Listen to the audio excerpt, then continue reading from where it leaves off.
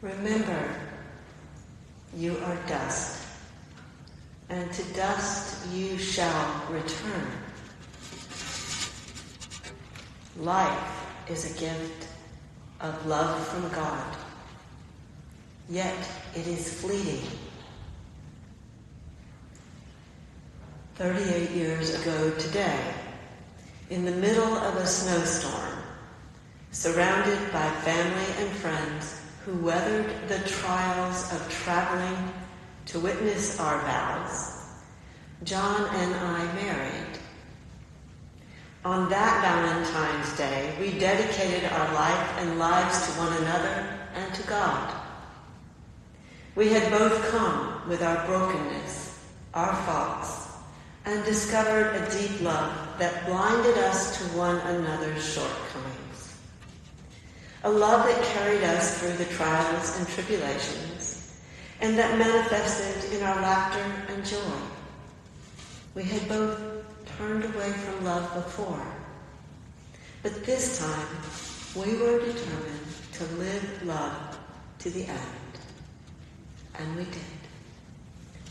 We learned a lot about love, of loss, of trials, but the most important lesson we learned is that God is the very heart of love. So here we are, celebrating Valentine's Day and Ash Wednesday. It's a rare occurrence that they both occur on the same day. Yet they are both about love, about devotion, undying love. Love that goes beyond what is comfortable and convenient, and yet at the same time is filled with light and joy. Remember how it was the first time you fell in love? There was nothing that could separate you from your beloved. When you were apart, all you thought about was being with them once again. Your deepest desire was that feeling of closeness that brought a sense of comfort and belonging, of being held and seen for who you truly are. God loves you like that. And God desires your love. In this season of Lent, of 40 days in the wilderness, you have the opportunity to reflect on where love, where God resides in your life, in your heart, and how you manifest that love to God and to the world. So perhaps this year, think of Lent as a love story. Your love story with God and God's creation. Think of it as a time of fasting from whatever keeps you from the love of God, making God the focal point of your heart, thoughts, being, of meeting God in prayer. Think of it as a time, think of that time, prayer time, as a date, a special time of intimacy with God. And think of it as a time of sharing the love you carry in your heart through lifting others' spirits, by sacrificing self for others, through giving alms, sharing what you have. Wilderness time is a holy time.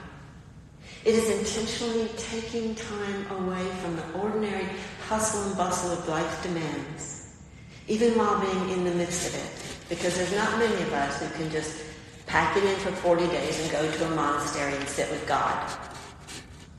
But take it as a time to reflect on how and where you ignore God in your life.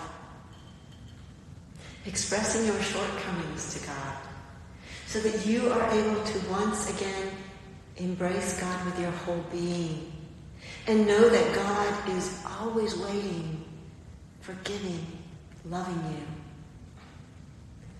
And be careful to hold your thoughts, actions, your deep reflections close.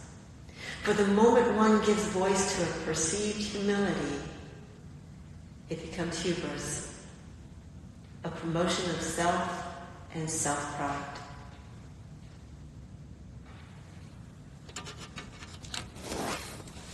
So I invite you this Lent to embrace love in all its manifestations, from the devastating to the beautiful, from the corrupt to the divine.